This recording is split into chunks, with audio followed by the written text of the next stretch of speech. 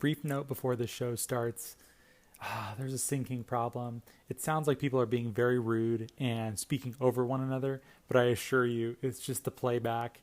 I wish I could fix it. I cannot. I hope you can live with it. I think the content's still good. The part that kills me is there was a really good joke that I had to cut, and that will haunt me. But I think the show is good enough to keep. I hope you enjoy it, and we'll tolerate this brief technical difficulty that we will solve for future episodes. And thank you for listening. What's up, y'all? It's Joe Budden. It's my favorite part of the holidays, Prize Picks, the best place to get real money action while watching your favorite sports. Join now because this holiday season, Prize Picks is giving millions in player rewards. Download the Prize Picks app today and use code TACKLE and get $50 instantly when you play $5. That's code TACKLE on Prize Picks to get $50 instantly when you play $5. Prize Picks, America's #1 daily fantasy sports app. Must be present in certain states. Visit prizepicks.com for restrictions and details. Hello and welcome to Carbon Removal Newsroom. I'm Ross Kenyon. I'm lead strategist with the Nori Carbon Removal Marketplace. Today I have with me two Nori knots and one Carbon 180er. I don't know. Do you have a demonym, Jane? Oh man, that's really good. I don't. Carbon 180M sounds terrible. Let's not say that again. All right. Sorry for that. That's Dr. Jane Zelikova, Chief Scientist at Carbon 180. Hey, Jane. Hi. Hi. Getting some crinkly sounds coming through. I'm not sure who that might be. Are they done? Not me. They're done. Okay. Is that a bag of chips here? That was me walking inside because I realized that being outside might be too noisy. Yeah, the cable jostling does it. But okay, cool. I'll just keep going. And we have with us again Alessandra Guerra, Director of Corporate Development at Nori. Yeah, hey, Alessandra. I feel like I mess this up every time. Like, I don't know what you want me to do when you introduce me, bro. We're gonna keep hitting the flow. We're gonna figure out how to do this because it's a new format and fully remote. So that's we'll get it. And then also Alden Donnelly, Director of Carbon Economics at Nori. Hey, Alden. Hi, happy to be here. Yeah, happy to have you back. Well, a bunch of different things going on in the world of carbon removal we wanted to talk about today. I saw an article called Rising Sea Levels Could Wipe Out Mangroves by 2050 by Justine Kalma in The Verge. So we want to talk about mangroves. Saw another one in Bloomberg Green by Dina Bass called Inside Microsoft's Mission to Go Carbon Negative. There's another one we saw about, I don't even know if this is the article to do it. What's the bill called exactly, Jane? Oh, Sorry. It's the Growing Climate Solutions Act of 2020. It was a bill that was introduced, I think, last week or the week before. Honestly, what is time anyway at this point? But it was introduced by Senators Braun, Stabenbaugh, White House. Great. Yeah, I didn't have that written in front of me, but definitely want to talk about the Growing Climate Solutions Act. And then last of all, there was an article I saw in Bloomberg Green as well about Swiss Re sees opportunities for insurers and carbon capture push. So wanted to talk about insurance and reinsurance and how that interacts with carbon removal, et cetera. But starting at the top, no people have strong feelings about this. I had a conversation recently with someone who feels very strongly that as ecosystems continue to degrade, their ability to store carbon will be impeded. They will become more fragile. In fact, he thinks we should give up on natural solutions and bet big on industrial ones. This will be a fight I imagine will be more and more present inside carbon removal and climate change spaces. And everyone here wants to argue about it. So why don't y'all dig into that? Okay, I'm going to go first. I think that it's a little bit dangerous when we start talking about, like, where should we, go all in and ignore other solutions, because it has to be a portfolio approach. I just think it's super dangerous to say, okay, well, only industrial scale is going to get us there. Yeah, it is important. It can help us get to the scale that we need to really make a huge impact on reversing our carbon emissions. But there's a lot of land degradation that's happened as well. And I think that it would behoove us to be a little less reductionist in terms of there's one or the other. I agree with you wholeheartedly, Alessandra. It's incredibly short-sighted and ignorant of the climate math, I would say, not to get too strong a word here, but every carbon molecule that we remove from the air today it's sort of like it pays as dividends in the future because it's less carbon removal we have to do later. The industrial solutions are absolutely necessary. I guess I don't call them industrial, I call them more engineered solutions that remove carbon from the atmosphere are necessary, and we need a full portfolio of those to be ready to go as quickly as possible. But in the meantime, we have trees and soils that are already doing this. And yes, landscapes might be becoming more degraded with climate change, but at the same time, if we can focus on harnessing the power of plants and soils, and if we can focus on restoring and maintaining ecosystem function, we not only get the carbon removal and carbon storage benefits, but we get lots of other ecosystem benefits, including potentially staving off some of the major species extinctions and other issues that are coming down the line with climate change. So plus one to that. And there's also community impacts too, and resiliencies against rising sea levels. So this one's kind of ironic when it comes to the article that you shared and that we're talking about here, saying, if the rising sea level rate is above 6 millimeters per year, then we could lose all of our mangroves by, let's say, as early as 2050. But what's so ironic about this is the mangrove forest can sequester CO2, provide protection and an ecosystem to wildlife, as you said, Jane, but also act as a resiliency against rising sea levels on coastal lands, so stopping erosion. I want to double underline a word you said, Alexandra, which is resilience. Again, it from my perspective, it's got to be all of the above. And to tell you the truth, I'm really not sure where this either or argument is coming from. But investments in natural solutions are investments that do two things coincidentally, which is tend to, if we pick the right ones, make our natural systems more resilient in the event of warming, while coincidentally mitigating the risk of warming. Whereas the engineered solutions are not necessarily delivering the former benefit. So I do think we've got a big challenge, and the engineered solutions have got to be part of the strategy. And we hope to have methodologies to issue NRTs to engineered solutions in the NORI marketplace. But to abandon natural system solutions makes absolutely no sense as far as I can see. And they're less expensive, at least for now and the foreseeable future. I wanted to go on to mangroves and point out, there's something that had never occurred to me before. And I thought, well, this is really interesting, because what does this mean? In the middle of the article, it said sea levels have been rising for decades, at least where mangroves are being affected. But until about 20 years ago, what you saw was the mangrove trees moving inland. So the mangrove areas were surviving by shifting in as sea levels were rising. The reason they can't shift in anymore is because urban development is blocking them. And I'd never heard that before, and I'm thinking, that's really interesting. What does that mean? What do we do about that? What do we think about that? And it was a first for me to start thinking down that path. You force people to sell their houses so that the mangroves can start growing. Yeah, eminent domain. Or change building codes and change the way that buildings are put into coastal systems so that mangroves can still grow there as Yeah, I was being facetious for the record. Yeah, but I mean, I was not seriously. Remove everybody that lives along coasts.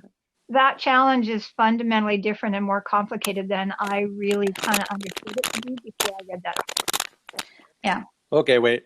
Sorry, Alden, say that last sentence again. There's some serious crinkling going on. I'm just saying I found it interesting. That article made me realize that whole challenge of retaining or recovering mangrove systems is way more complicated than I understood it to be before. So I'm glad the article was sent my way. I feel like I need to defend this person's point of view because y'all came down him like no way, man. Pile on with us. It's better if you pile on. Just because someone has an opinion doesn't mean it needs to be defended. Like you don't get a right to have a bad opinion. Oh man, I'm gonna do my best John Stossel impression here. Aren't you just a bunch of soil people? Like, aren't you a little I mean, biased? I'm an ecologist, so the idea that we're going to leave ecosystems behind and just focus on industrial solutions makes no sense for lots of reasons, including the fact that I care about ecosystems and ecology, but also where like industrial solutions are great, but then we get into a lot of issues of like equity and justice and where these solutions are being deployed and like what kind of harms they cause, even as they're mitigating climate change, which is a whole other conversation that needs to be had. And I get the sense that this person from Air Miners hasn't thought about that. I'm coming at you from a pure economist perspective.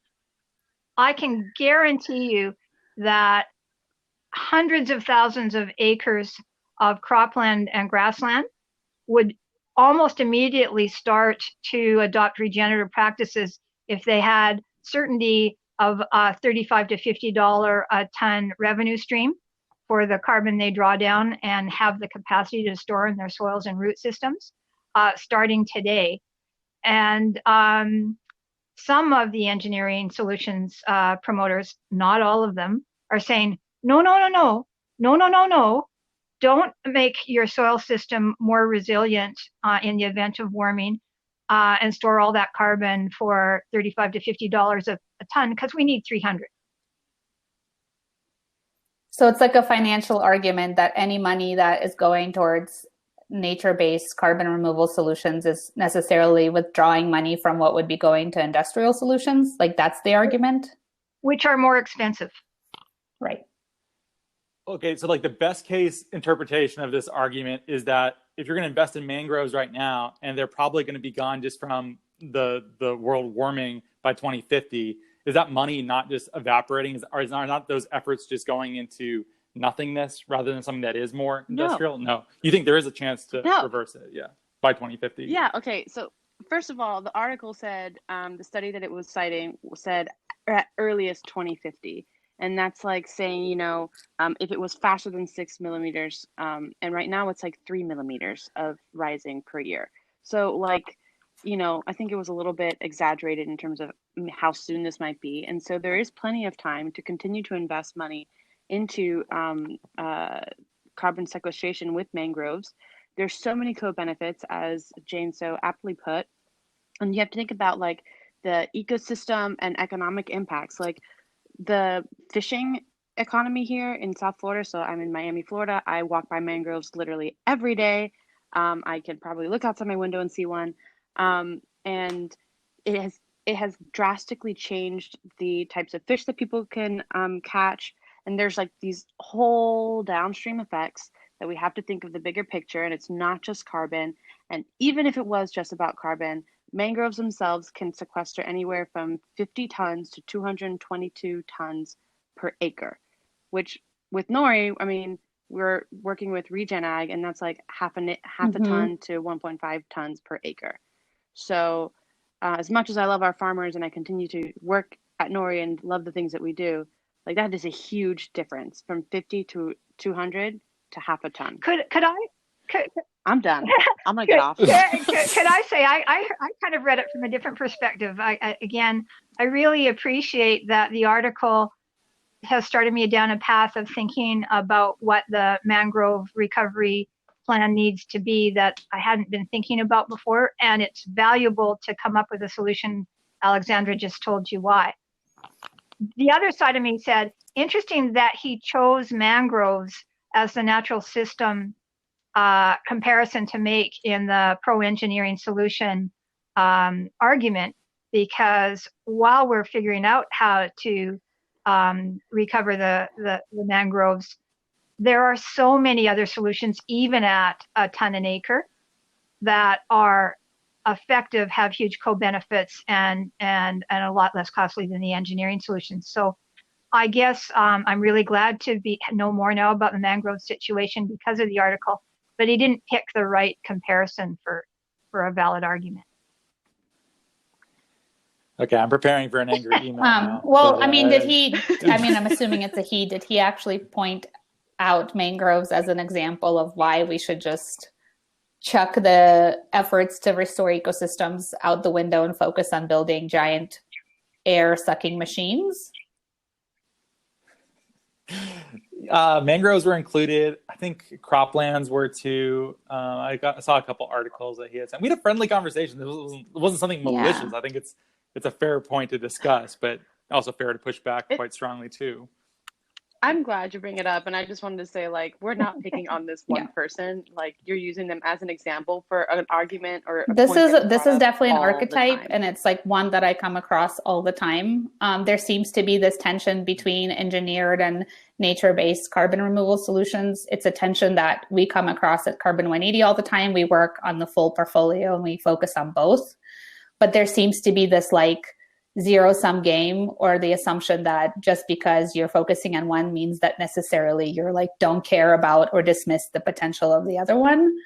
And people don't Where's have it. that coming from? I think Jane, it's you know, like it's not rational. it's not rational, but I mean, I have some ideas. One, I think, is that some people inherently have more of a comfort with tech solutions, understand better what it means to put a carbon capture unit on top of a smokestack. Like that's an understandable engineering solution, and I can like sort of understand how the systems work and just have a inherent comfort with technology. Other people have a more inherent comfort with like nature-based solutions like forests and agriculture and grasslands and wetlands and mangrove forests. And so like there's inherent bias that then clouds people's ability to think about the portfolio. It's in part because they don't fully understand the solutions that are in the space they don't work in. So I see a lot of like folks that are coming out of like the Bay Area and more of like tech and venture capital space inherently just being more comfortable with tech solutions because that's a space they're already working in. And to be very honest, the land sector is very complicated. There are a lot of like long histories of how these things have played out in the past, including how farmers and ranchers have interacted with carbon markets in the past and climate in the past. There's been a lot of like sort of complicated issues around managing forests and some of the abuses that go along with carbon offsetting markets and forests. So I think it's a more tricky, very like human, messy system to think about the land sector. It doesn't lend itself so easily to very clean solutions, and people have less of a comfort with that. That's my assumption. I think that maps pretty neatly with what I've seen too. And I think people like splitting up into teams and fighting. That's one of the things we like the most, as I'm fond of saying. So there's a tendency towards that, but I'm an all of the above person. I think everyone else is here too. Be all of the above. Said that. Yeah, it's definitely that. Totally. I have one more thing I wanted to bring up, which is like this is probably a conversation we'll have multiple times throughout this season of Carbon Removal Newsroom, or just like as the space grows. But like, you know, we brought up Stripe now probably 3 CRNs in a row, but this is the same thing that we're seeing with Stripe's decision. Initially, they said they were going to invest in all types of carbon removal, and then they went all into industrial. They wanted to see, and the reason was that they wanted to see over 1,000 years of permanence. And so it's just something to keep in mind where it's like, that's okay if that's what you want to do. And it makes sense for Stripe because, you know, they really wanted to invest in investing in technologies that would scale carbon removal to larger numbers that we need to see to have bigger impacts. It makes complete sense. Just so long as the world does not take that as a signal that the other solutions. Yeah, I literally just had that conversation with Ryan from Stripe last night because I was one of the, to be upfront, I was one of the subject matter expert reviewers of the applications that were submitted. And I mostly reviewed the applications that were submitted on the nature-based solution side. And I think part of it is in the process of creating the application and the program, some of those like biases that I mentioned and general tendencies to lean towards more technology solutions came through in how the program was set up. And as much as we tried to like sort of correct for that or point out where those issues were coming up, including the issue of 1,000 years of permanence, it's just something that happened. And I think it's indicative of like kind of where the Stripe folks are at and what they generally have more of a comfort with.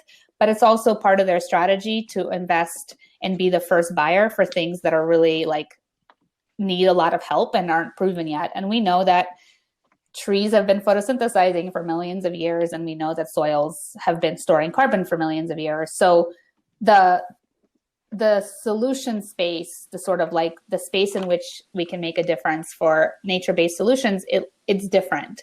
And it doesn't sort of lend itself to that like first buyer investment that Stripe wanted to make.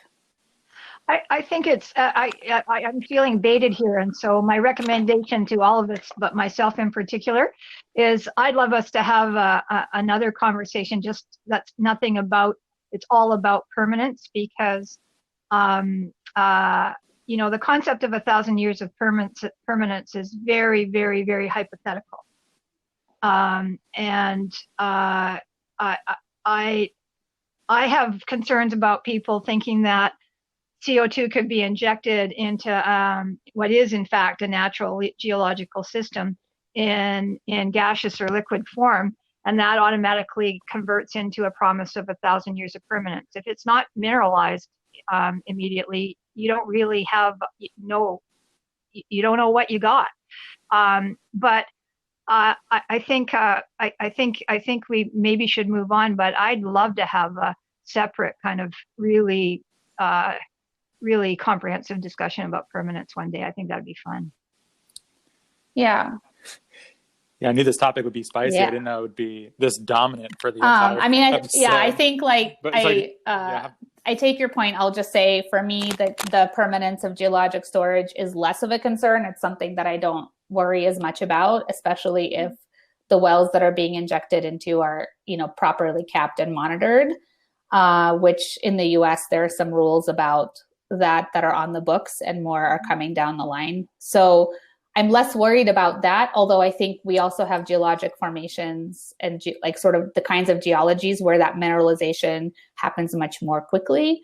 And so being cognizant of that and injecting into those geologies and those like mineralizable rocks would be really smart. And I think folks that work on this know those issues and take them into consideration. But I think the issue of permanence, when it's applied to the natural carbon removal sort of nature-based solution space, it's like always problematic because we're dealing with living systems and biological systems that cycle carbon, and some of that carbon will always be released. So just like the idea of permanence just doesn't lend itself to photosynthesis and microbial activity in the same way that it would to a geological storage. I just want to remind all of us that we do have a long history of legally binding rules about capping and monitoring potential leaks from geological reservoirs, and one of the results of that is something we know as orphaned wells. So I'm just saying we've already done that for many years, and we are pretending that the same contracts for geological storage are going to end up operating differently than they did for capping and cleaning up after oil wells that are no longer in production. Yeah, you said. I'm just saying that when there's no more revenue coming in, and you're looking at 100 years or even 10 years of monitoring and management costs, all of a sudden, entity with no capital happens to own the land or the site in question and declares bankruptcy. We've watched this going on for 100 years. Why are we expecting that not to happen in this case?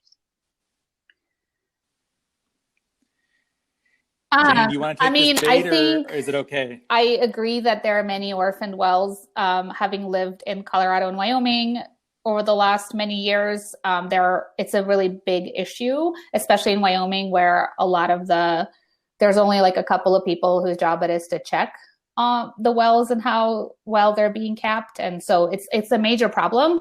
But that's not to say like it's a solvable problem. You can build the cost of monitoring into the operation. The EPA has, under its greenhouse gas reporting program, subpart RR, which is a rule that applies to geologic storage of carbon dioxide and has requirements about monitoring and for 100 years. It's robust enough of a rule that a lot of oil and gas companies have been trying to push back against it because they don't want to be on the hook for this level of monitoring for 100 years. But basically things like the 45Q tax credit that incentivizes geologic sequestration and the use of CO2 for EOR. It includes this requirement that if you want to get the tax credit, you have to report under subpart RR, which means that you are on the hook to monitor for 100 years using fairly robust EPA protocols. Whether this is going to stay standing or if it's going to be something that's removed is a broader political question. I got to keep it moving or we're not going to cover everything. Assuming Alden, you're able to hold. Can you hold it inside you? I'm trying really hard. Okay. And I'm going to skip the part where I try to make an Orson Welles, Orphan Welles kind of joke. And we're just going to keep moving here as fast as possible. Jane, I wanted to ask you if you could introduce the Growing Climate Solutions Act and tell our audience what exactly is happening. Yeah, so the Growing Climate Solutions Act was introduced, as I said at the top of the hour, in the last couple of weeks. I can't really tell time anymore. But basically, the bill is creating a certification program within the USDA to help address some of the technical challenges and barriers to entry for farmers and forest landowners to participate in carbon credit markets. And basically, the act creates opportunities for the USDA to provide reliable information about markets, as well as some requirements about technical assistance and credit. If credits are being issued, then some guidance around protocol verifiers. That essentially, I think the goal is to make it easier for landowners, farmers, ranchers, foresters to participate in carbon markets and adopt the kind of practices that help sequester carbon and actually generate carbon credits. That's the summary of the bill. There are lots of details in it that I think are interesting. I think there are also lots of sort of like areas of improvement where the bill leaves a lot of room for interpretation and can be easily kind of manipulated or hijacked by people that might not have the best intentions. So there are areas where the bill language can be tightened or be more specific to reduce those issues. But generally, it's interesting that this bill was introduced recently. I think it signals a broader interest from policymakers in supporting agricultural producers and foresters and in like addressing climate change and also paying them for the climate mitigation services they provide. And they're, in this particular bill, setting out a payment for carbon instead of like a payment for services as a way to incentivize farmers, ranchers, and foresters to participate. I actually, it's interesting. I love what an opportunity this bill presents to not just Nori, but others out there who have different ideas about how to build vibrant and robust carbon markets with true price discovery who are competing with Nori. When I look at this bill, I really appreciate the drafters and the obvious intent underlying the bill.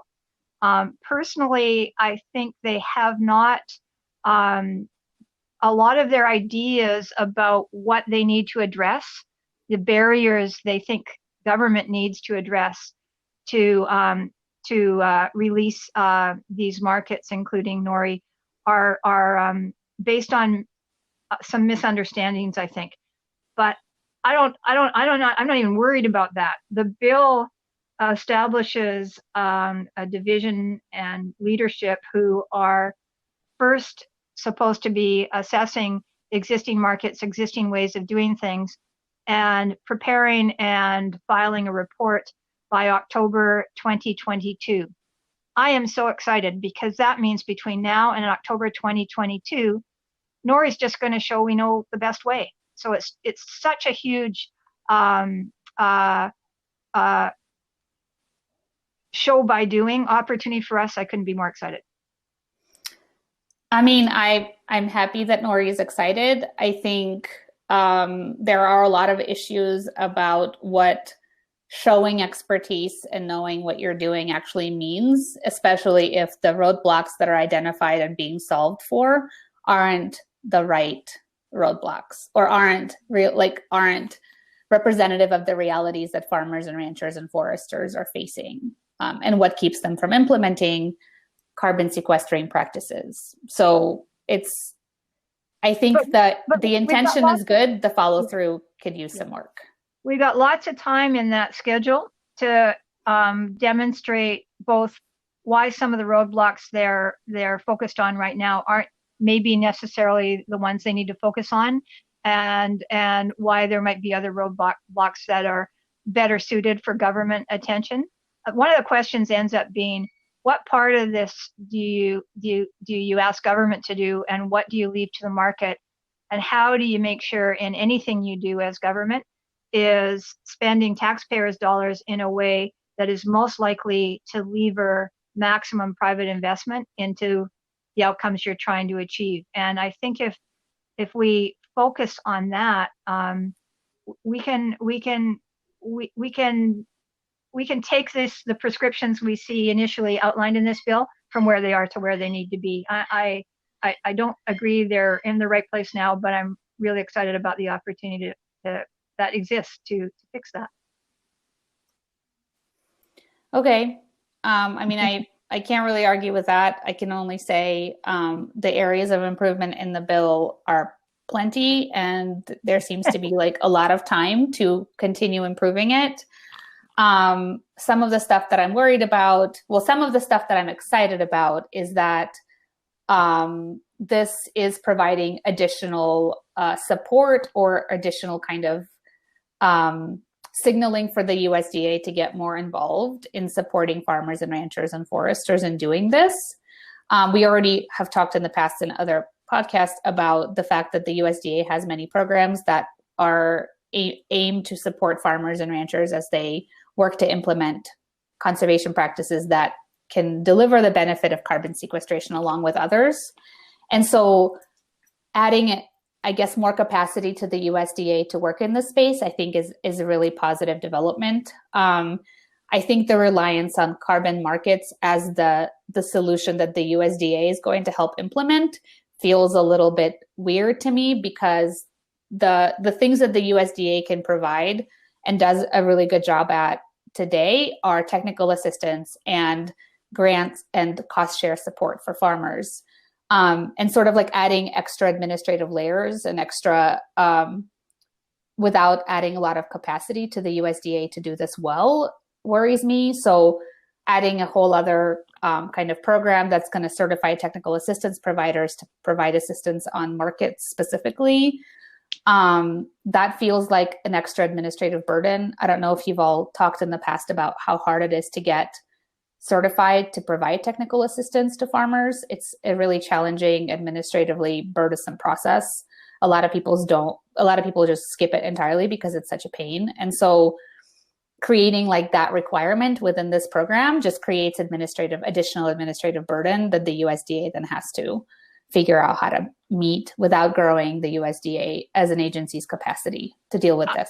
Yeah, I agree with everything you just said. And again, I'm really, really glad that this bill starts with a review and figure out what's going on in an assessment period between when the bill gets passed and October 22nd, because I think we need that time to get these things straight. The strange thing of the bill is it sort of reads like this. It reads like the market doesn't know how to make markets, so the USDA is going to have to do it for you. And that, I think we need to, use the time available to us to maybe say, wait a second, what are the key investments the USDA can make?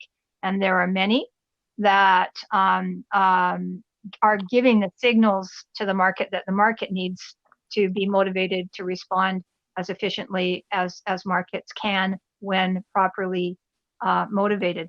And the other thing that concerns me is if you go back and look at the 2002 Farm Bill and other initiatives since then, I can point to many, many precedents when laws were signed or amendments to legislation were signed into law that actually, in my view anyway, prescribed all of the correct activities. And 9 times out of 10, the delivery was different from the prescription in the law. And just because there was a prescription in the law did not mean that over time the appropriations required to deliver on the intent of the law were put in place. So the question is, when we finally sort of all reach agreement as to what the USDA should be investing their time and resources in over the next 3 to 5 years, I think let's make the assumption that the USDA's funding is not perpetual. So how do we make sure that if they only have 5 years, how are they spending that money in a way that is going to increase the likelihood that the market's going to be rolling without them starting in year 6? I mean, I guess the assumption is that without them, the market wouldn't be rolling, which is a big assumption to make. You know what? I'm not sure. I'm not stating I agree with that assumption, but I think that's the underlying assumption. It reads like that's the underlying assumption in the bill. And so, again, my choice would be, rather than to challenge that assumption, okay, if we accept that assumption, and given our what history tells us, which is not to rely on there being appropriations for long enough for this to be something that government runs, how do we make sure that every dollar they get to invest in the goals they outline for this legislation is money well spent, assuming there isn't a buck for them to spend on this stuff in year 6? Then where does that take us? If we constrain ourselves with that assumption, I think it takes us to a different prescription for USDA action.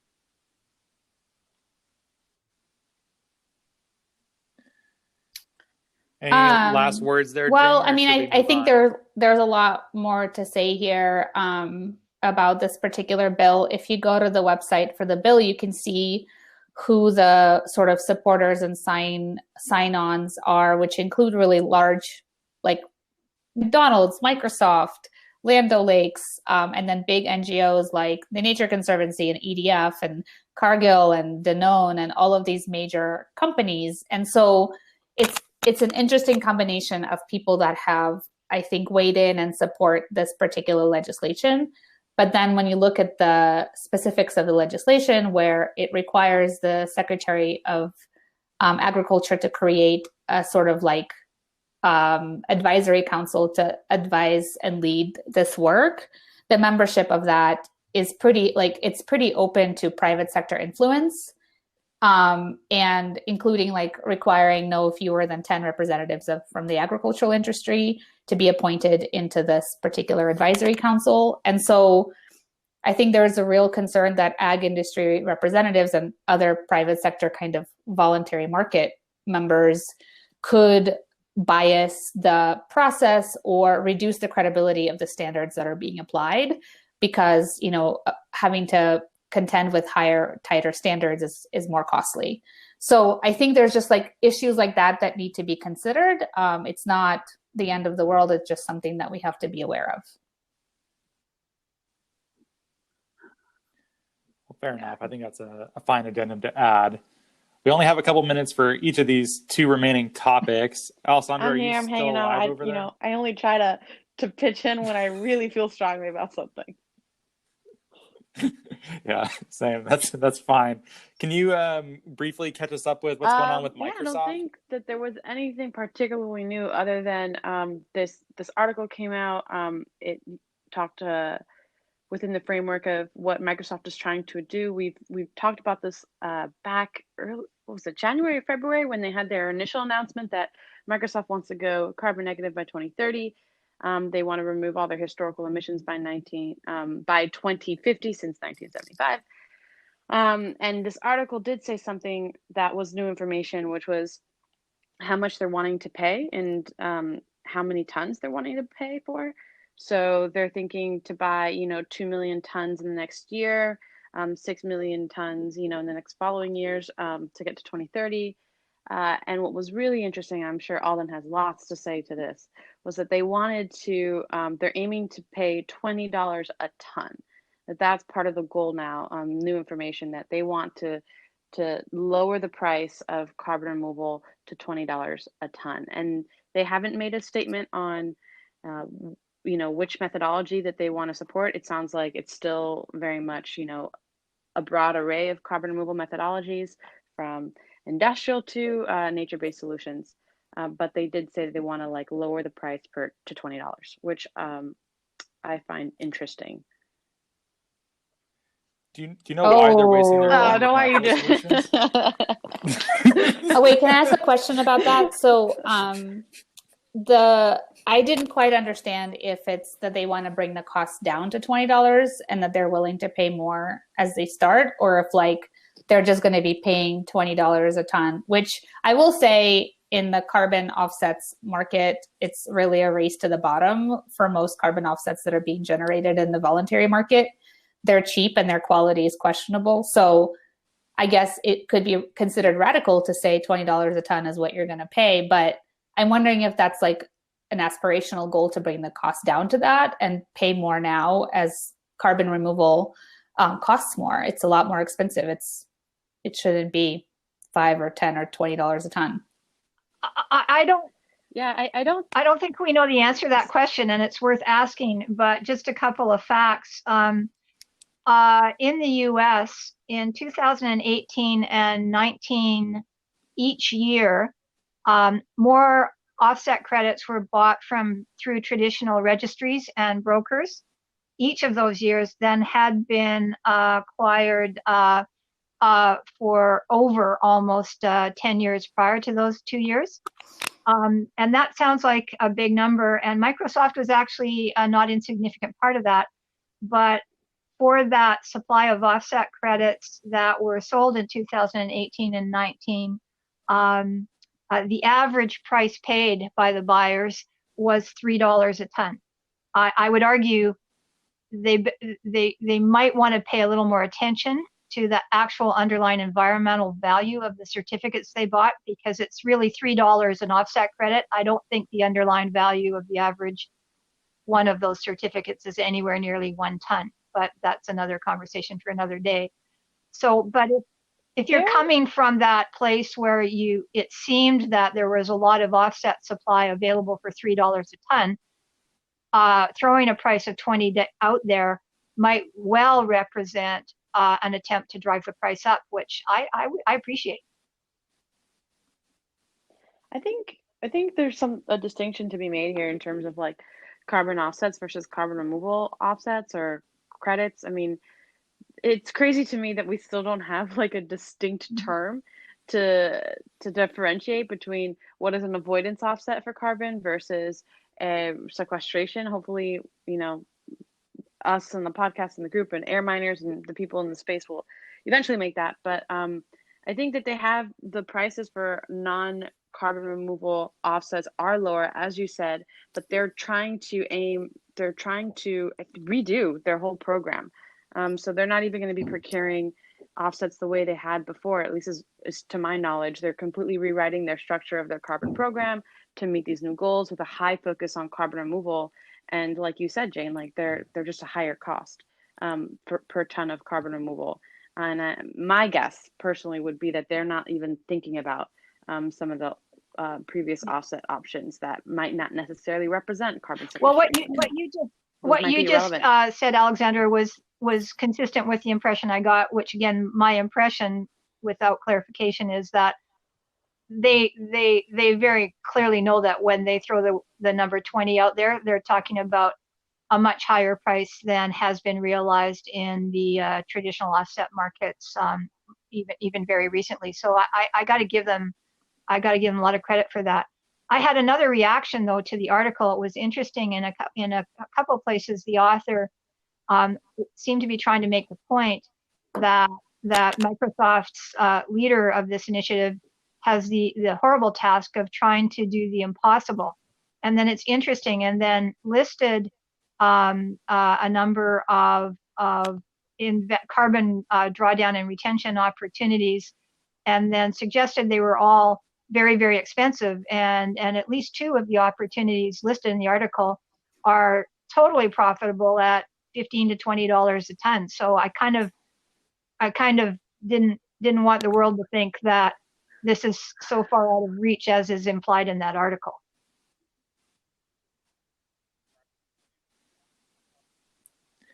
All right, we should do this last article here so we can get out of here on time. Alden, maybe you want to introduce this Swiss Re article. Why do insurers care about carbon capture? And do you think we'll see They say more we involvement from them will, moving and forward? I'm going to go old lady nasty on you. It is Yeah. it's God, what does that even absolutely mean, true, Alden? as the article suggests, that there is probably no industry that has greater financial risk and exposure to climate change risk than the insurance industry.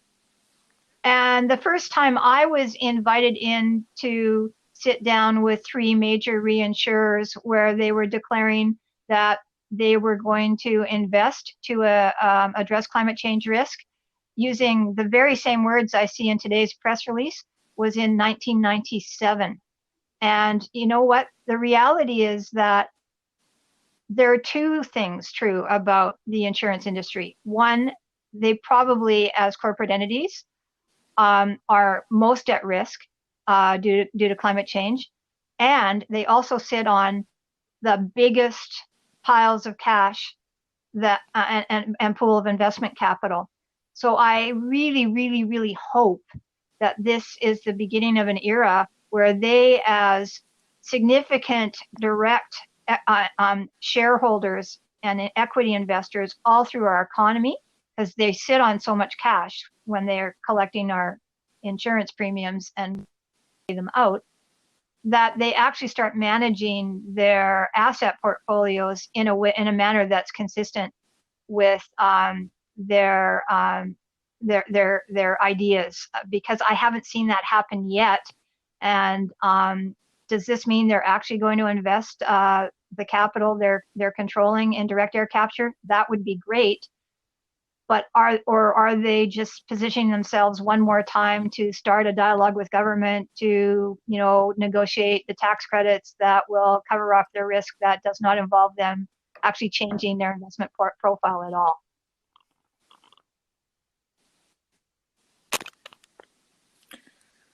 Wow, that's interesting and also deserving of a much longer conversation. We wanted to do a reversing climate change with someone from the insurance industry, so maybe that's a nice nudge. Well, we should wrap this up here then. Anything y'all want to plug? Everyone here is on Twitter. Those links are in the show notes. Nori.com for Alden and Alessandra. From either of you two, is there anything else that you want to plug? This is good. Yeah, I'm now? excited to keep the conversation going about tech and. Wait, Jen, could you start that over because there's a big crinkle? I would be excited to keep the conversation going about harnessing the carbon removal potential of both tech and nature-based solutions, because we need both. And I think the dichotomy between them is false and harmful. So I hope we can move beyond that. Yeah, awesome. Absolutely.